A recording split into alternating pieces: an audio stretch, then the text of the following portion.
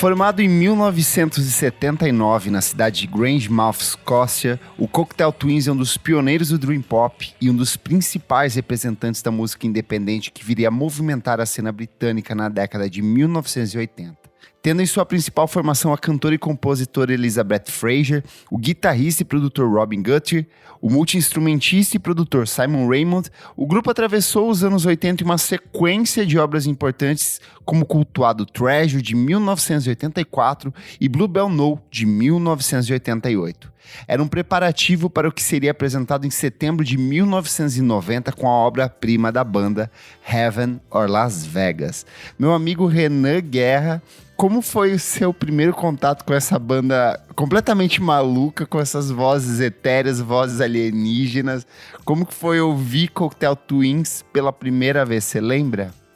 Eu não tenho uma memória efetiva da primeira vez, porque foi naquela fase, tipo, descobrindo as bandas dos anos 80, essas coisas todas, Silks e tudo mais. E aí eu fui parando nas coisas deles. E se eu não me engano, eu acho que eu baixei a discografia inteira da primeira vez e tentei ouvir na ordem. Então eu comecei pelo Garlands e foi tipo bem estranho, porque é outra coisa. Sim. E acabou que o primeiro disco que me pegou foi o Treasure, que é o meu disco favorito até hoje, assim, eu acho muito perfeito tudo que tem lá. E aí eu fui chegando nas outras coisas, assim, com o tempo.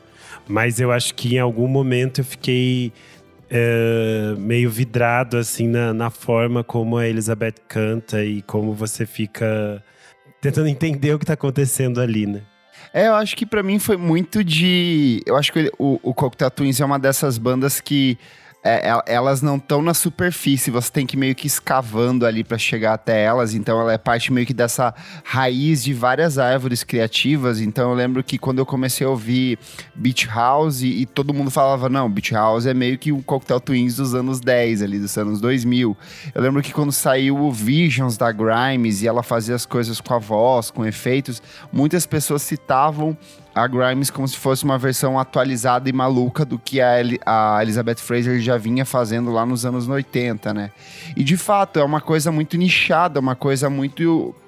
Assim, quem gosta de música, gosta muito de Cocteau Twins, mas não é uma coisa que surge assim com uma naturalidade pop, como por exemplo Smiths, The Cure e outras grandes bandas dos anos 80, né?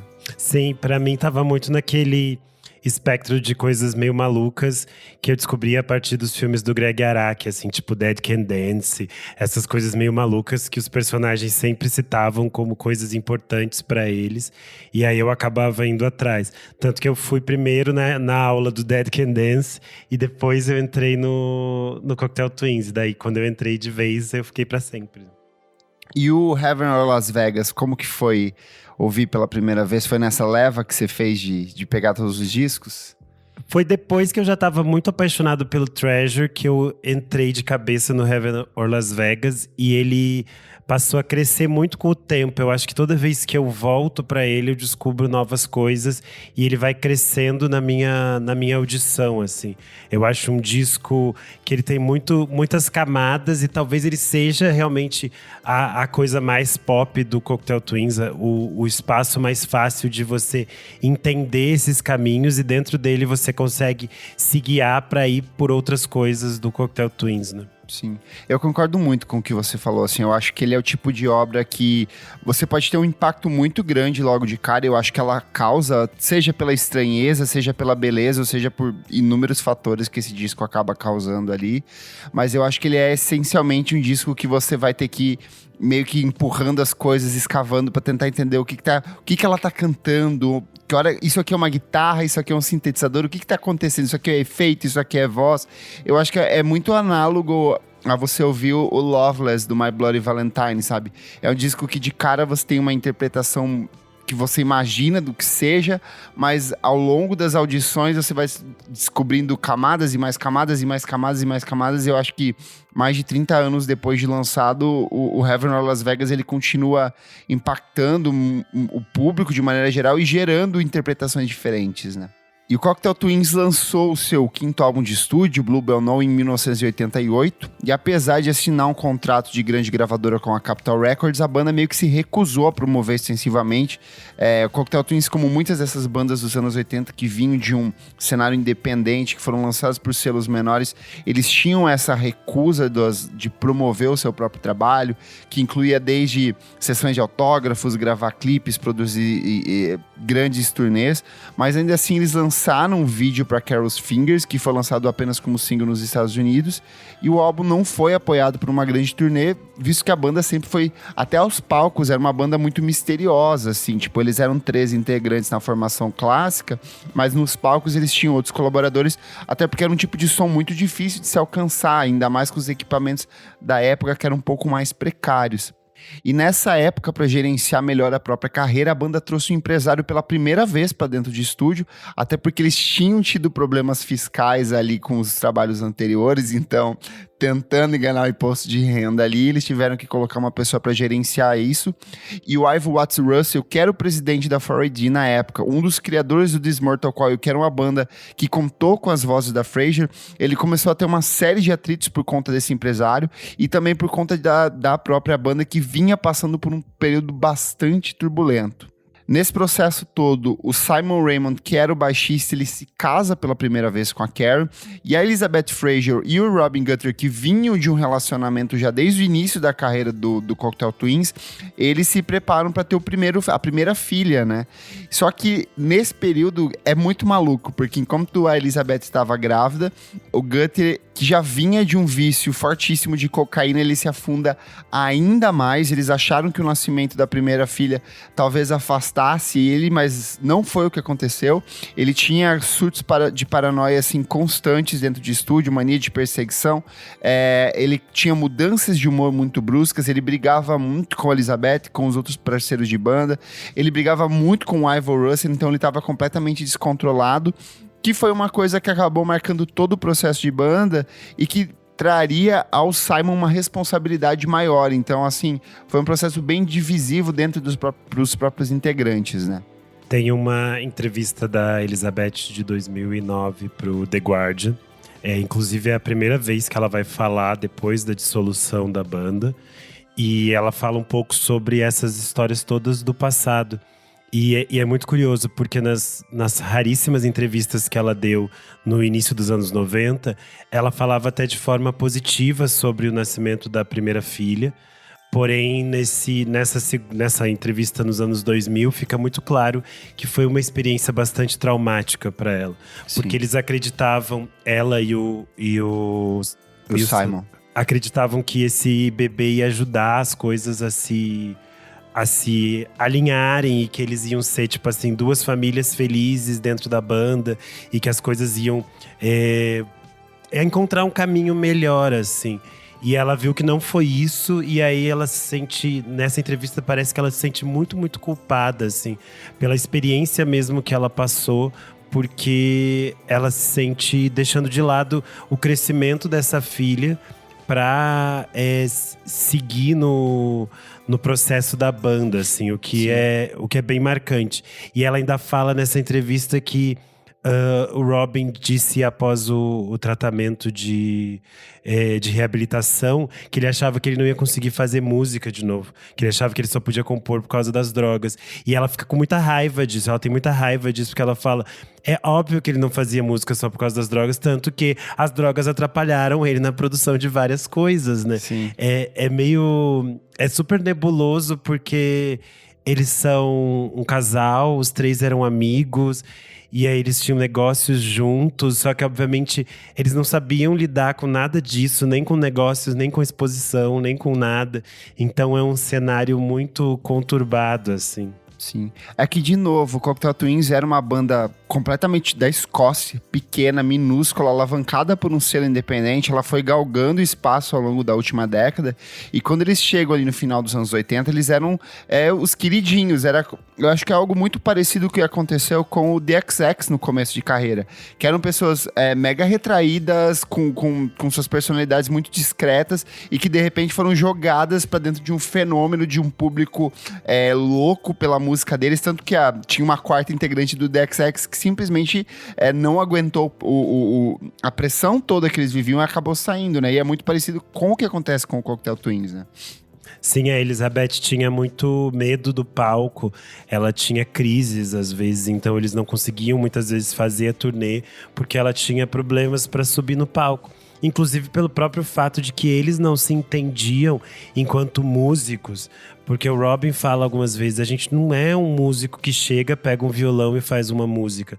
A nossa música é composta a partir dessas experimentações. Sim. Tanto que às vezes eles faziam as bases e depois a Elizabeth chegava e colocava a voz, né? Então esse processo também de construção deles é muito complexo para levar isso pro palco e lidar com esse fato de que eles eram, naquele momento, artistas extremamente fundamentais para outros artistas que eram gigantes, tipo Prince e a Madonna na época falavam assim, a gente escuta Cocteau Twins e a gente gosta deles, então é tipo assim, meio maluco. Surreal. Em setembro de 1989, nasce a filha do Fred e do Guthrie, que é a Lucy Bell, e o Heaven or Las Vegas foi lançado um ano depois como meio que uma homenagem a ela, como um produto desse primeiro aniversário de vida dela. E apesar de que hoje em dia a Fraser, ela revê muitos desses aspectos da gravidez, na época ela deu algumas entrevistas bem significativas falando o quanto a gravidez foi fundamental para o processo de fortalecimento do próprio disco. Então ela falou assim: de repente tive uma confiança que nunca tive em minha vida, que consequentemente perdi depois que tive o bebê, porque é uma experiência tão assustadora que isso muda você, assim. Então ela falando do impacto direto dessa gravidez ali no nascimento da filha. E aí, como se não bastasse o vício em drogas do Guthrie, o nascimento da filha, o Raymond, nesse processo, acaba perdendo o pai dele, né? Que é o Ivor Raymond. Ele morreu logo após o nascimento da Lucy Bell. E ele era um cara muito novo ainda. E aquilo meio que desabou. Foi o mundo dele que sumiu dos pés dele. Então ele ficou completamente desestabilizado. E ele disse: eu tinha apenas 27 anos. Ainda era muito jovem. Ele era um cara muito influente para mim. Então foi um grande golpe. Mas, olhando para trás, ter um grande evento de vida acontecendo provavelmente ajudou o álbum a ter essa vantagem. E aí, buscando meio que afastar a cabeça dele da morte do pai, desses pensamentos negativos que ele vinha tendo, ele foca totalmente a cabeça dele no processo artístico da banda. Com o afastamento do Guthrie, que estava cada vez mais pirado, ele assume esse papel de grande produtor do disco, e muitas das composições que integram o repertório do Heaven Las Vegas são criações dele, que eles acabam assinando em conjunto ali, mas que ele assume todo o processo de produção, de lapidação, de construção desses arranjos ao longo do processo, né? Ele chega até a compor algumas letras, né? E aí eu acho que cria essa dicotomia entre o nascimento e a morte, que eles estão nesses dois intervalos, e essas coisas se misturam, porque, como eu falei, eles são muito próximos para os três. A criação artística não é como um trabalho que eles vão lá e exercem de forma mecânica. É um processo que eles estão completamente mergulhados. É assim. orgânico, eu acho que, né? Sim, eu acho que esse disco é muito resultado desse processo e dessas experiências que eles estavam vivendo em conjunto, que era ter essa felicidade imensa de ter uma criança no meio deles, mas ter uma morte e ter essa luta contra o vício em drogas, todas essas coisas ao mesmo tempo. O próprio título do álbum é muito emblemático em relação a isso, né? Essa dicotomia do Heaven or Las Vegas, sabe? Será que eu tô no paraíso ou eu tô nesse paraíso artificial regado a drogas e festas onde as pessoas são falsamente felizes, né? Então esses pequenos contrastes atravessam o disco o tempo inteiro. Por outro lado, a Fraser, ela, por conta desse processo de gravidez e de uma ânsia de se comunicar com essa criança, de buscar por um diálogo com essa criança recém-nascida, ela acaba compondo músicas que são mais acessíveis, ela passa a brincar com o enunciado das palavras de um jeito diferente, as letras ficam um pouco mais tangíveis, menos etéreas, menos angelicais como eram antigamente, e mais palpáveis. Então isso ajuda o tempo inteiro a quando o disco começa meio que sair um pouco desse universo, vai pro campo do etéreo, ele acaba voltando a todo momento, assim, pro chão, o que alcança um grau de equilíbrio, assim, que eu acho que é muito difícil dos outros discos. Por exemplo, quando você pega o que o Renan gosta tanto, o Treasure, ele é um disco completamente etéreo, assim, tem algumas coisas que você fica meio flutuando por uma nuvem de sons, de sintetizadores, de vozes, de efeitos, que às vezes é até difícil de você entender o que tá acontecendo ali. Sim. E esse, por mais mágico que seja o tipo de som que é produzido dentro dele, eu acho que a todo momento eles regressam em algum ponto dentro das canções, né? Eu acho que tem o próprio… A forma como a Elizabeth usa a voz nesse disco, né? Ela sempre falou no início da carreira que ela era um pouco desleixada com essa própria questão da dicção e da pronúncia, e que ela ia apenas sentindo o que era sonoro para ela nessa construção. E aí é muito evidente que ela tem uma prosódia completamente única. Sim. E ela inventa pronúncias de palavras, ela muda as sílabas tônicas, e é muito usual que ela junte as sílabas e junte as palavras, e as palavras parecem grudadas. Então dá essa sensação que a gente não entende o que ela está pronunciando, o que ela está falando. E aí, quando você lê a letra, as letras por si só já são bastante herméticas. É muito difícil. Então você chega naquele monte de meme que é tipo… What this bitch is saying? I don't know, but I'm living. Thank you for changing my life, Elizabeth Fraser. Daí tipo, umas misturas de palavras, assim. É muito curioso, porque eu fiz o exercício agora pra produção da pauta, de pegar as letras e tentar entender como ela faz, sabe? E às vezes ela faz uma coisa que é… Quando tá acabando uma linha, ela já emenda na outra, um verso e costura. Então, assim, fica meio que uma massa. E aí, às vezes, tem umas coisas que ela joga um verso muito específico, aí tem uma introdução enorme e aquele estrofe ele só vai continuar depois de, sei lá, 2 minutos de música, sabe? Então é muito labiríntico a forma como ela vai trabalhando as composições dentro desse disco, né? E de toda a carreira do Cocteau Twins também. Sim, e eu acho muito interessante que esse… é um disco bem mais acessível, é um disco que ele tem sucessos, digamos, pop dentro do universo do Cocteau Twins, mas é um universo muito fechado em si mesmo, e toda vez que alguém tenta regravar ou mexer em alguma coisa, fica horrível, porque tipo assim, não é pra mexer aqui, gente, tá certinho ali do jeito que ela fez.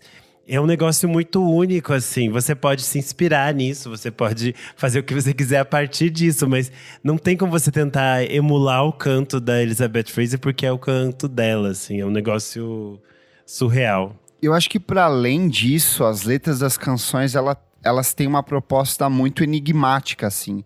Ela parte sempre de experiências pessoais. Por exemplo, Pitch the Baby é sobre o processo de maternidade dela, da relação, do acolhimento que ela tem ali com a filha, mas a todo momento ela atravessa isso com fragmentos de referências bíblicas, fragmentos literários. Então é um processo muito similar ao que a Kate Bush fazia, só que enquanto a Kate Bush tinha uma coisa muito poética, a Fraser ela vai para um campo muito mais de contemplação, de mistério mesmo, de tente desvendar isso que eu tô colocando aqui pra você, e que eu acho que talvez nem ela sabia, sabe? Talvez na hora, assim, são adaptações que ela ia fazendo de forma a se relacionar com a base instrumental que eles apresentavam, sabe? Então muitas das coisas eles não vão fazer sentido mesmo, e não adianta abrir o Genius e tentar fazer as marcações lá pra ver o que tá querendo dizer, que não tem, cria seu significado a partir disso.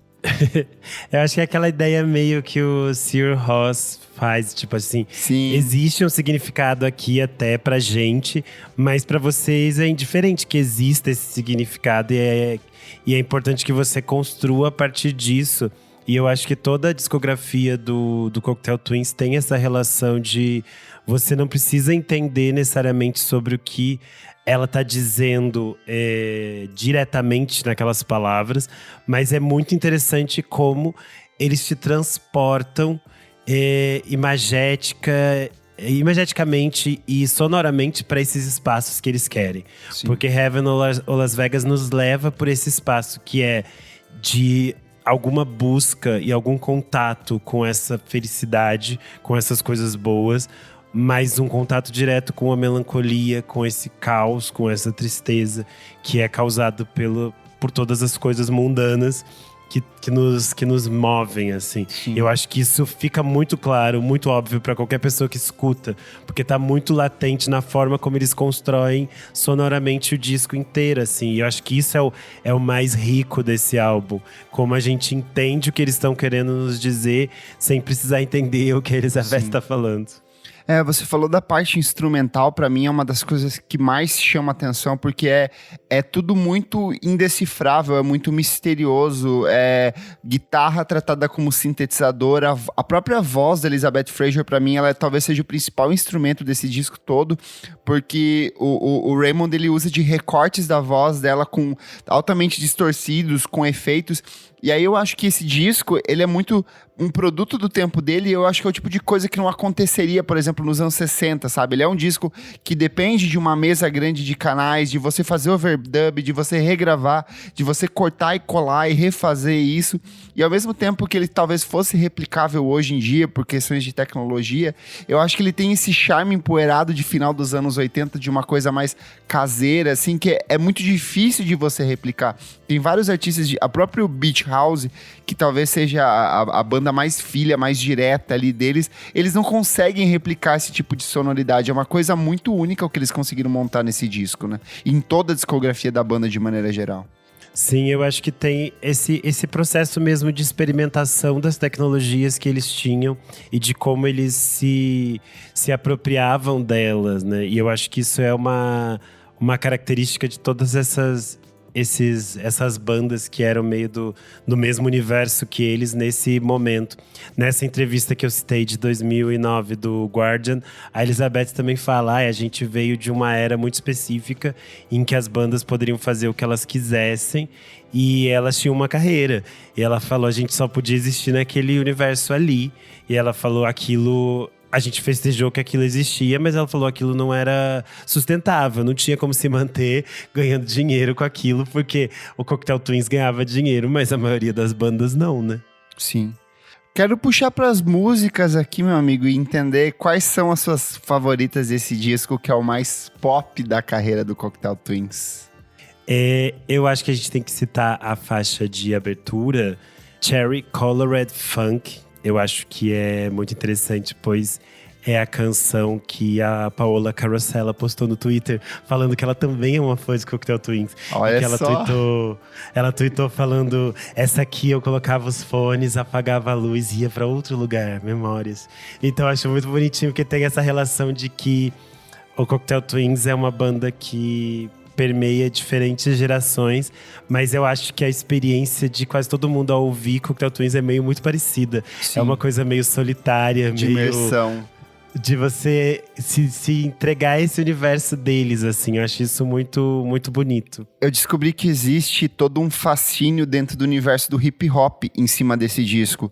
Tem muitos produtores, assim, que são completamente aficionados por eles e eles buscam replicar. Tem gente que já sampleou, já utilizou trechos, assim.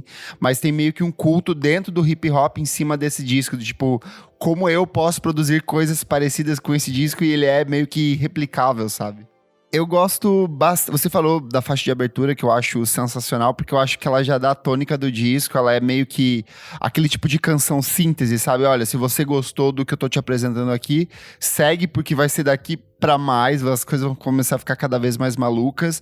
Mas a sequência ali, Pitch the Baby, Ice Blink Luck, eu acho que é muito bom, porque de fato mostra um Cocteau Twins essencialmente pop, criando melodias que são capazes de se conectar com o público mesmo nessa ausência de um significado das letras ou de um mistério das letras.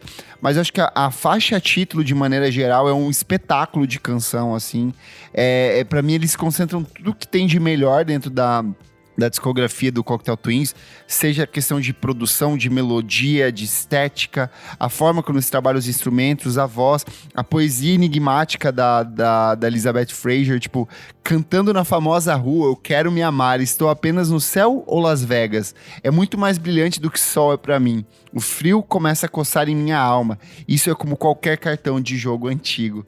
Então, assim, é muito bom a forma como ela vai criando essas imagens poéticas que vão meio que se moldando na sua cabeça, mas aí tem esses atravessamentos de informações, de ritmos, de melodias, é tudo muito bonito. Mas eu gosto muito de Wolf in the Brass, que eu acho que também é bem mais acessível, mais lá pro final do disco. Que ela canta lá, My Baby's Cry, é muito bonitinha. Mas a própria faixa de encerramento, Through Full Foxes in the Midsummer Fires, que é uma criação do Raymond, inspirada pela morte do pai, também eu acho que é outra que pontua o disco de um jeito muito maravilhoso. E eu tenho a sensação, às vezes, do Heaven or Las Vegas, não como um disco de canções, mas como uma obra única, sabe? É um bloco inteiro, assim, uma maçaroca de sons, uma nuvem de sons, e ali vão pontuando, surgindo coisas em momentos estratégicos que meio que se conectam com o público, sabe? Eu sempre que escuto o Cocteau Twins, acabo escutando algum disco na íntegra, assim. Sim. Eu não consigo ouvir as coisas sozinha. De todo modo, eu acho a faixa título Heaven or Las Vegas talvez a melhor apresentação mesmo, para quem nunca ouviu nada do Cocteau Twins, porque eu acho que é um grande resumão do que eles são, assim. Tem um pouco de tudo do que eles fizeram na carreira. Mas a minha faixa preferida do disco é Ice Blink Luck, porque eu acho fantástico a forma como ela pronuncia as coisas. O clipe é perfeito. O clipe é maravilhoso, ele grita anos 80. A gente já tá nos anos 90, mas ele ainda tem, tipo assim, uma cara de… Parece que ele foi feito em 84. Eu fico assim, que isso? Que efeitos são esses? E aí a carinha dela, o jeito que ela tá cantando, eu acho tudo muito bom. E eu acho surreal que eles conseguiram… A gravadora conseguiu que eles fizessem 2 clipes nesse disco. Sim. Tipo assim, fizeram um milagre. É muito bom. E já que você falou de gravadora, a recepção do disco foi muito boa. O Heaven or Las Vegas foi lançado em 17 de setembro de 1990 pela 4AD no Reino Unido e em conjunto com a Capitol Records nos Estados Unidos. Mais tarde, a 4AD viu que esse disco era um tesouro, porque ele é um disco que acabou sendo redescoberto pelo público. Então, eles viram que tinha uma fatia grande de arrecadação daí. Então, eles readquiriram os direitos de distribuição e passaram a assumir eles mesmos a distribuição. Então, ele é um disco que continua em catálogo. É um disco que a cada 10 anos, a cada 5 anos tem uma nova repensagem, uma edição nova em vinil, em CD. Então, ele é um disco que costuma circular bastante. E olha só, ele alcançou a posição de número 99 na Billboard 200 dos Estados Unidos. Lembrando que a gente está falando no final da década de 80, que era um momento de explosão de música pop. Madonna, Prince, Michael Jackson, era gente disputando altas vendagens, então foi um disco que chamou bastante atenção. E ainda tem que se considerar que o mercado americano é muito fechado, né? Sim, ele é Toda sempre vez avesso. que um artista europeu consegue entrar nesse mercado, ele geralmente faz toda aquela preparação para ficar mais acessível para o que os americanos querem. Então é sempre curioso quando um artista fora da curva consegue entrar nessas paradas. E no Reino Unido mesmo, ele alcançou o número 7 nas paradas britânicas, então é um feito bastante louvável. Eventualmente, ele vendeu mais de 230 mil cópias até 1996, segundo o levantamento da Billboard. Hoje, esse número, obviamente, ele é muito maior. E é só pensar, por exemplo, eu tava pesquisando para esse programa, eu achei uma matéria do Barcinski em 2000, se eu não me engano, na Folha.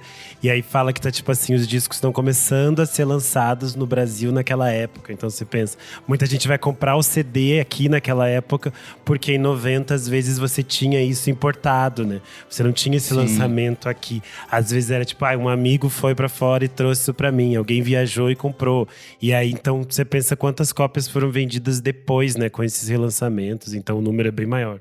E aí vale lembrar, vendagens de discos é muito relacionada à campanha em cima do trabalho. E como o Cocteau Twins sempre foi avesso, as vendagens eram um pouco bem mais baixas do que normalmente, por exemplo, um grande nome da música pop lança um disco, ele vai até um país visitar, faz uma promoção, vai pro Fantástico, dá entrevista, faz show, faz tarde de autógrafos, então tudo isso contribui para as vendagens do trabalho.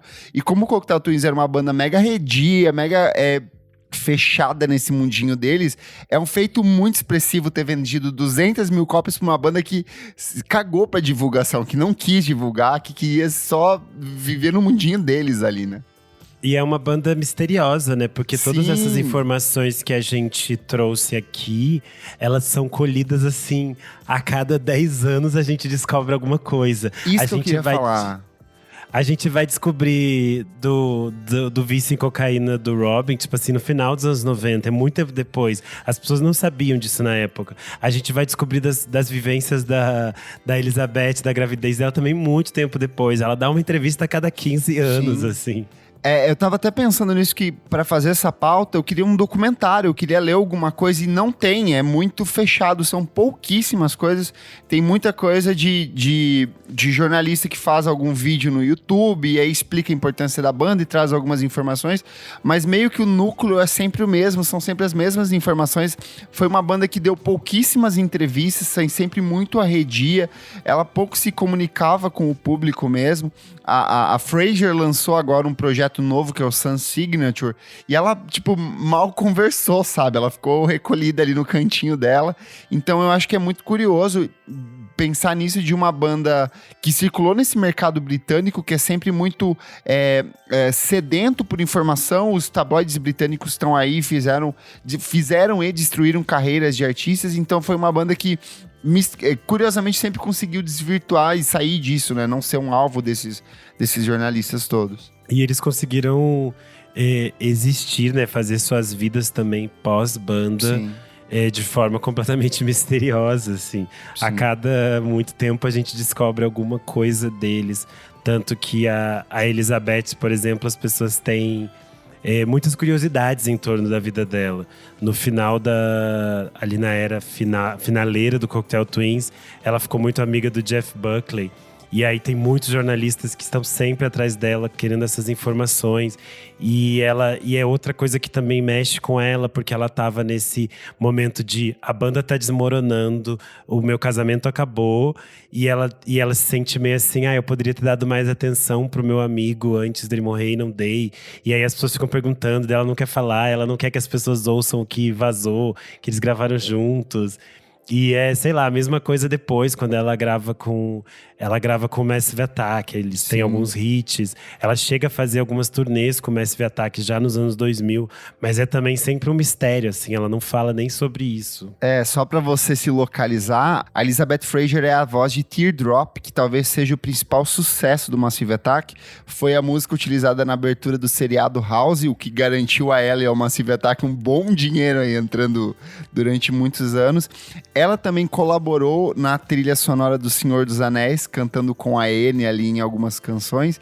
Então, ela tá envolvida, ela é uma pessoa muito ativa criativamente, mas extremamente discreta. E o próprio Cocteau Twins ainda lançaria mais outros 2 trabalhos de estúdio, que é o For Calendar Café de 1993 e o Milk and Kisses de 1996.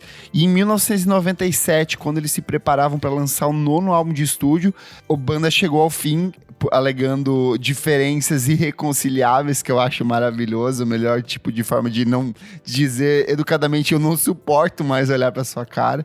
Então eles chegaram ao fim. Tem muito material gravado da banda que nunca foi pro público, então tem coisas dos anos 80, trilha sonora, esse álbum final ele estava praticamente finalizado, várias canções estavam finalizadas e isso nunca foi a público, provavelmente só vai ser lançado depois da morte deles e olha lá, eu aposto que só depois que eles morrerem mesmo para conseguir algum box, alguma coisa do tipo. Eles seguiram com alguns projetos. O Simon Raymond e o Robert Guthrie fundaram um dos selos mais importantes da cena inglesa, que é o Bella Union. O Bella Union é responsável pela distribuição de nomes como Father John Misty, Beach House, Explosions in the Sky, Fleet Foxes, Mercury Rev e outros artistas de enorme sucesso. Então, assim, eles continuaram vivendo de música. O Raymond tem outros projetos musicais, vez ou outra ele aparece no disco de algum artista tocando alguma coisa. E o impacto do Cocteau Twins é uma coisa que aumenta a cada ano. A gente tem uma nova leva de artistas que são declaradamente influenciados pelo trabalho da banda. Entre os nomes mais conhecidos, a gente tem o M83, a própria Björk já deu declarações falando que muito do jeito de cantar dela foi influenciado pelo trabalho da Fraser. Beach House, que a gente citou aqui. Deftones é uma banda que faz um som completamente diferente do Cocteau Twins, mas é muito influenciada pelo som deles. Portishead e o The Weeknd, que quando ele surgiu em 2011 com House of Balloons, ele sampleou 2 músicas do Cocteau Twins, o que deu alguns problemas, muito do atraso na distribuição, quando ele lança depois. Ele lança em 2011 3 mixtapes em sequência, e aí depois ele assina com a gravadora, e a gravadora não consegue lançar esses trabalhos por conta dos direitos autorais. Muitos deles implicados por conta da relação do Cocteau Twins. E ele só vai lançar, tipo, anos mais tarde a versão finalizada do Trilogy com todas as músicas e os samples originais, né? Uma banda curiosa que é muito fã do Cocteau Twins é o Linkin Park. E eles tentaram pedir pra Elizabeth Fraser gravar uma música com eles, mas ela falou, hoje não, Faro, vou deixar pra mim. Além disso, ela também aparece, por exemplo, na trilha sonora de Segundas Intenções, Cruel Intentions. Ela tá, tipo, nos rolês bem aleatórios, porque ela acabou fazendo muita trilha sonora. E vira e mexe surgiam também esses boatos de que eles iam voltar, né? Sim. Chegou a ter nos anos 2000 essa história de que eles iam se apresentar no Coachella. Teve uma vez que eles falaram que eles iam voltar pro Primavera Sound, era uma das cotadas pra voltar também nesses projetos. Ah, você falou isso agora há pouco, né? Esse foi mais recente. Esse do Coachella era tipo de 2005. Falava-se que eles iam receber tipo cerca de 1,5 milhão de libras, o que, sei lá, em dólares deve dar bem mais. E aí eles… essa história ficou girando durante vários anos. Aí a Elizabeth fala assim, gente, não era nem tanto dinheiro assim que eles iam nos pagar. E 2, eu não volto de jeito nenhum pra essa banda. Ela falou, eu quero nunca mais ter que estar no mesmo lugar que o Robbie, ter que, tipo, trabalhar com ele. Então ela falou, não quero, não volto, não vou. É muito bom porque tem um selo que eu gosto bastante, que é o Italians Do It Better, que é do Johnny Jewel, que é o cara que apresentou o Chromatics. E toda a estética deles, assim, a sonoridade, o tipo de composição é muito calcado naquilo que o Cocteau Twins veio desenvolver. Então é uma banda que, ano após ano, ela tem o seu público renovado. Recentemente, o Cocteau Twins virou um fenômeno no TikTok também. Então, muitas pessoas tentando entender o que eles estão cantando ali. Então, eu acho que é só uma prova do fenômeno, do impacto cultural do Cocteau Twins, que chegou ao fim já há quase 30 anos e continua influenciando artistas, continua impactando no trabalho de outros compositores e sendo apresentado uma parcela nova do público, né? A gente tá falando desse impacto da história do Cocteau Twins. Por exemplo, no dia que a gente tá gravando esse episódio, foi anunciada uma nova exposição que vai ser realizada em Los Angeles, que relembra esse disco específico, Heaven or Las Vegas, na loja do Marc Jacobs, porque ele tá lançando a nova coleção dele, Heaven. E aí, uma das coisas que vai ter nessa exposição é a imagem original que compõe a capa do disco. Nessa capa, a banda queria uma representação visual que capturasse o etéreo, de acordo com o Guthrie. E o Paul West, que é o responsável pela capa e trabalhou anteriormente com o Cocteau Twins na capa do Bluebell No, ele voltou e recrutou o fotógrafo Andy Rumble, e eles dois juntos acabaram fazendo vários experimentos ali para criar esse efeito de textura e meio sobrenatural. E a arte final, na verdade, é uma longa exposição das luzes de uma árvore de Natal contra um fundo colorido. É tipo… Eu nunca ia imaginar que era uma árvore de Natal, mas é uma árvore de Natal. Eles tinham várias dessas outras… muitos desses experimentos até chegar nessa arte final, só que elas acabaram se perdendo em uma inundação, mas algumas dessas, a arte em si, a arte original da capa e algumas outras fotos que se salvaram vão estar nessa exposição na loja do Marc Jacobs, assim como outras memorabilias que envolvem esse disco. Eu acho que é uma exposição super legal. Ela parece ser uma exposição pequena, então seria legal que ela pudesse viajar pelo mundo. Alô, Miss, se quiser trazer pra gente. Nossa, é a cara do Miss trazer isso, nem que seja numa salinha. Numa salinha, no Miss tem espaço, eles têm salinha pra isso, seria tudo assim, aí um telão passando os clipes, os 2 clipes. Ela é uma das minhas capas favoritas de todos os tempos, assim, eu acho ela muito bonita porque ela traduz visualmente tudo aquilo que é o disco, assim, é uma coisa surgindo meio amorfa, com faixas de luzes aqui e ali, eu acho perfeita demais. O Heaven or Las Vegas, pra mim, é um disco que foi crescendo muito ao longo da última década. Ele é de longe uma das primeiras coisas que me chamou a atenção no mundo da música, mas de um jeito ou de outro ele meio que teve por trás de todos os grandes artistas que eu gostei. Então, Bjork, Beach House, Emmett Tree, Deftones, são artistas que eu ouço diariamente, gosto muito, mas lá no fundo tem essa essência da banda.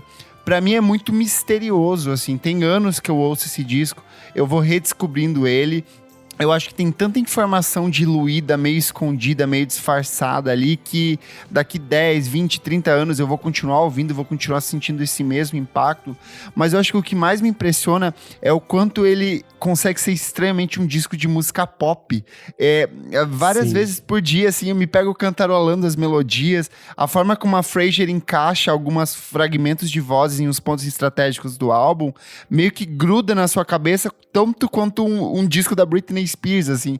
E eu acho que isso é fascinante no trabalho do Cocteau Twins, que é uma coisa totalmente experimental, totalmente distante do grande público, mas ele exerce um fascínio tão grande quando você ouve, que eu acho que é isso que é o mais interessante. O quanto ele consegue dialogar com diferentes faixas de públicos, de gêneros, de gostos, que meio que se encontram nesse disco do Cocteau Twins. Então, por isso que pra mim o Heaven or Las Vegas é um disco nota 10. Eu acho ele perfeito, assim.